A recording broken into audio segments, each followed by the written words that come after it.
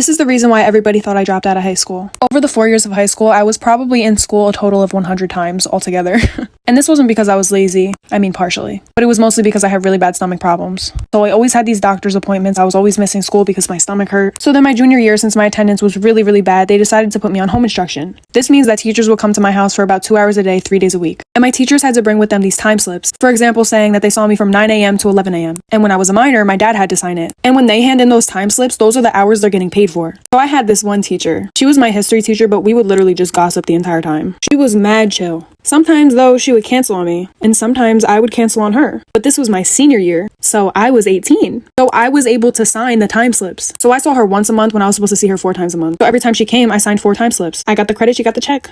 Story time about the time a nail salon took advantage of my blindness. Sister and I got our nails done. We used to go all the time, and while the lady was doing my nails, she asked me how I knew how much money I had. At the time, I used cash, never again after this, but I told her that I folded my bills a certain way. I told her that I folded my 20s different than my 10s, different than my 5s, different than my 1s. Anything of her asking that question, I think it's a good question, and I just thought she was curious. Got done with my nails, she walked me towards the front, and my sister was actually just finishing up with hers, so it was perfect. There's another man at the front, and he asked me how I knew how much money I had. And the same thing. Before I left to go to the nail salon, I made sure exactly how much money I had. My sister helped me count it, helped me make sure that I folded the right bills, just so I knew how much I had, how much I would spend. I gave her the money. Positive that I gave her the right amount because it was just folded, it was folded perfectly, and I counted it out. She takes it, starts talking in a different language, and then tells me that I owe her $20 more. Or I didn't, and I told her the exact amount I gave her, and she's like, no, you didn't give me this amount, you gave me that amount. Like for part two. Part two, the time a nail salon took advantage of my blindness. We go back and forth a few times. I'm positive that I gave her the right amount, really counting it back to her, and she's like, no, you're wrong. And at this point, more people are walking into the salon, so I'm getting really uncomfortable. Back at it, I should have pulled out my phone that has a money reader on it and read her the money using my screen reader,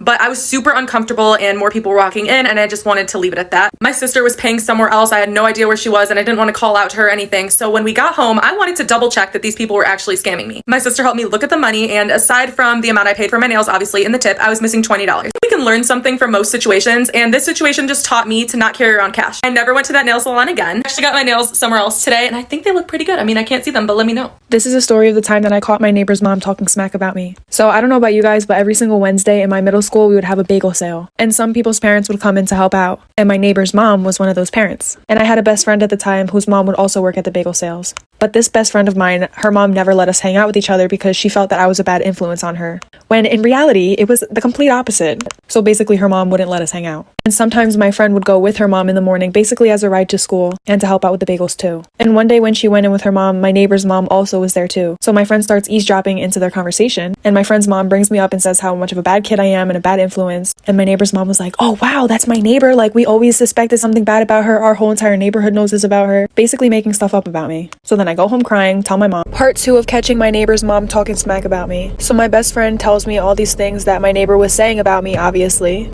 And I got really upset, so I went home and I just started to cry. Because for some reason, I felt like when I was younger, every one of my friends' parents hated me. And I never really knew why.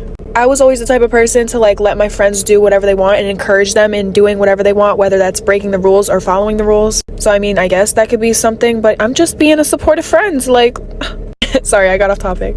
So when I told my mom, she was like, okay, come with me, I'm gonna knock on her door. And I was like, heck no, I do not feel like dealing with this. Mom, you deal with it. So she calls her up on the phone, puts her on speakerphone, confronts her about the situation, and this lady starts going on about how she loves me like I'm her own child, saying that I was never a bad influence on her daughter, and that she actually wanted me to hang out with her daughter more. Like, that's not what she was saying at bagel sale. You guys, this is the reason why I never wore big dresses to school. Let me set the scene for you. 4th grade Joe, 9 years old, super perky and happy to be wearing a giant dress to school. You know, I don't know why I was. Maybe we had just gotten it. I was super excited about it. It was like a Wednesday. I was probably like, Mom, I want to wear this dress. And since I was mainly tomboyish my entire life, she was probably like, yes, wear it. So I took it to school.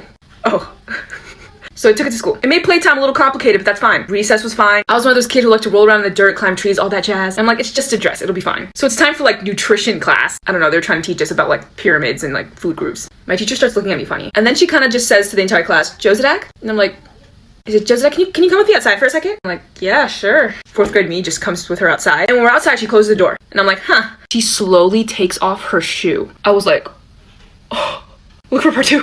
Okay, part 2, I honestly didn't expect to make 2 parts out of this. So my teacher was looking at me like so intensely while she was taking off her shoe. And I was so confused. Miss whatever your name is, because I don't remember. What are you doing? And she goes, don't move. And I start panicking. But I do what she says, Like, she gets her shoe, she holds it up to here.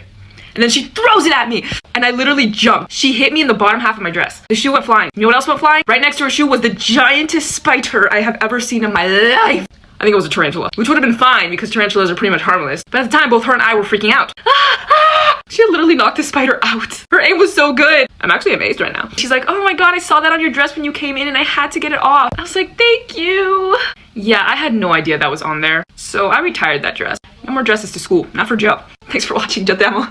This is why waking up late might just save your life. One day when I was in elementary school, my mom and I both overslept, which meant I wouldn't be ready in time to get on the bus. School started at 8, my bus pickup time was at 7, and it was already 6:40 or something. I was still in my PJs and hadn't even had breakfast yet. My mom decided that today we would just tell the bus driver to go on ahead and she would take me to school, which would give me plenty of time to get ready. It's 6:50, I'm in my PJs eating breakfast, and that's when we hear the bus pull up 10 minutes earlier than scheduled. My mom peeks her head out of the door into the foggy morning and waves the bus on. She closed the door and came back inside, but the bus didn't pull away. There's a knock at the door and my mom opens it to find a man in a bus driver uniform. He explains he's a substitute bus driver because the regular driver called in sick and that he's early because he wanted to get an early start on the route. My mom says she's taking me to school because we woke up late. He gets visibly upset and says he can wait a few minutes since he's already ahead of schedule. My mom says that we won't be ready in a few minutes and tells him to go on ahead. He seemed really angry about this, but turned around, got back on the bus and left. But at 7 a.m., another bus pulls up to my house. My mom went out to talk to them and came back looking terrified. Part 2 of why sleeping in might just save your life. After talking to the bus driver, my mom came back looking terrified, but she didn't say anything about it and told me to finish getting ready for school. At the time, I didn't know what happened, but my mom would end up telling me a few years later. When she went to the second bus, she found out it was being driven by my regular driver and it was full of other kids that are usually on my route. By the way, the other bus was empty. My mom asked the driver about the substitute driver and about him calling in sick. He tells her that he never called in sick and there is no substitute driver on his route. The driver immediately called dispatch in a panic and told my mom to go inside and call the police and report this incident, which she did without me knowing at the time. There was absolutely no one doing my driver's route that day. Whoever this was most likely a kidnapper who had targeted me. I never heard anything about it again, not even if someone else had ended up being picked up by this mysterious fake bus driver. But chances are, had I gotten on that bus, I would never have made it to school or back home. And if we hadn't overslept on that specific day, I would have been on that bus.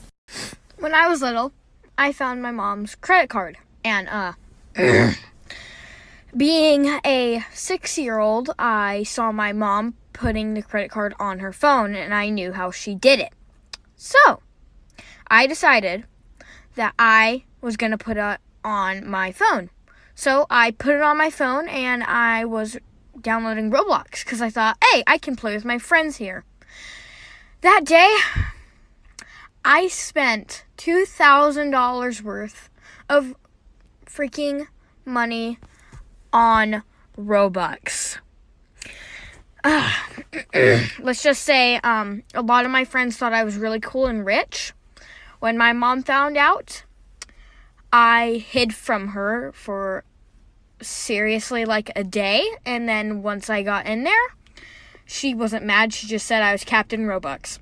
When I was younger, I was in Walmart and I was eating a tube of Pringles and I ate them while my mom paid, but I forgot to let the guy scan them, so I walked out the Walmart and the alarm went off and I just started running because I got scared and my mom couldn't find me because I was hiding behind the newspaper things, and the Walmart people called the police because I was missing, and when I hear them show up I thought I was a criminal, so I left my mom a note on the newspaper that said I went to Mexico to start a new life and not come looking for me, and then I took off running with my Pringles and ran for like an hour, and then the cops saw me walking down the road, so they pulled over, so I started running again, and then they were using the car intercom thing and they told me to stop running. So when I did, I thought they were gonna put me in handcuffs and take me to jail, so I was crying and I slapped the officer in the stomach and tried to run again, but he just held me back, and when he asked me what happened to me and I told him, he started crying because he was laughing so hard.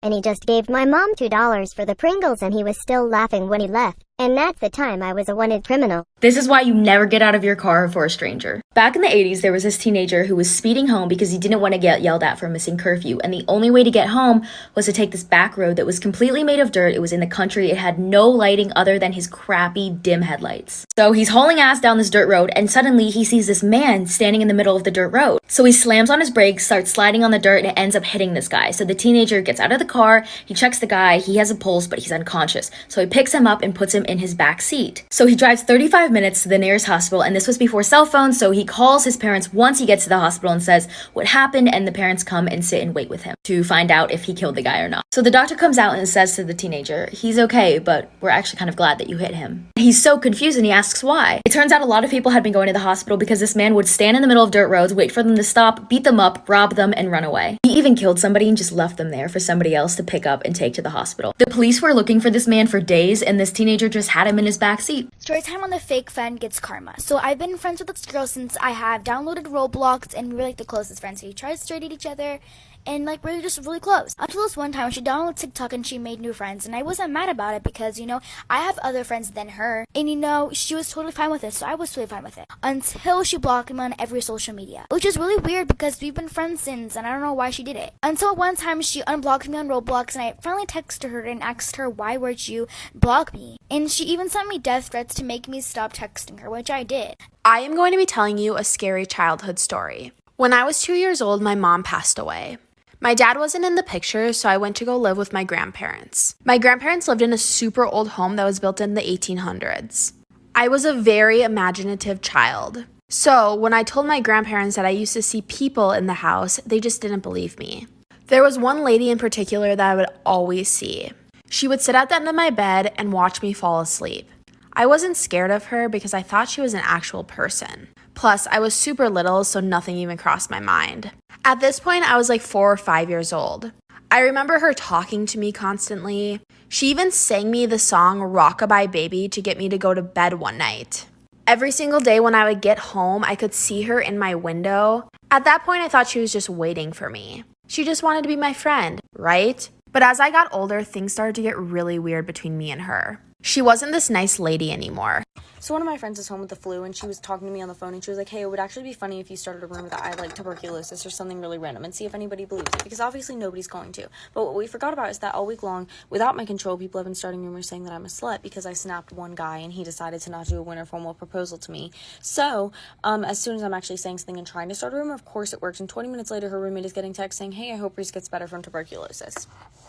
So it's one of those things where on the one hand, it's like, wow, like, this is really funny. But then on the other hand, it's like, this is literally an example of how much I hate small schools. Because it's like, okay, I did not think that the school was going to be that small. It's like, I knew it was going to be small, but then I'm actually here. And then it's like literally 24/7. It's like I have a conversation with a guy on the same day something was supposed to happen that technically I shouldn't even be knowing about. Because if somebody is going to do a winter formal proposal for me, why am I supposed to know about it? And why is it then my fault if I have a conversation with another guy? And then also it's like, if his whole friend group is deciding something for me, how does that make me get called a slut? Like, how is that on me and not on him? Like, it's so dumb. So like the drama that goes around small schools, it's like really, really stupid, because then I'm just like, I don't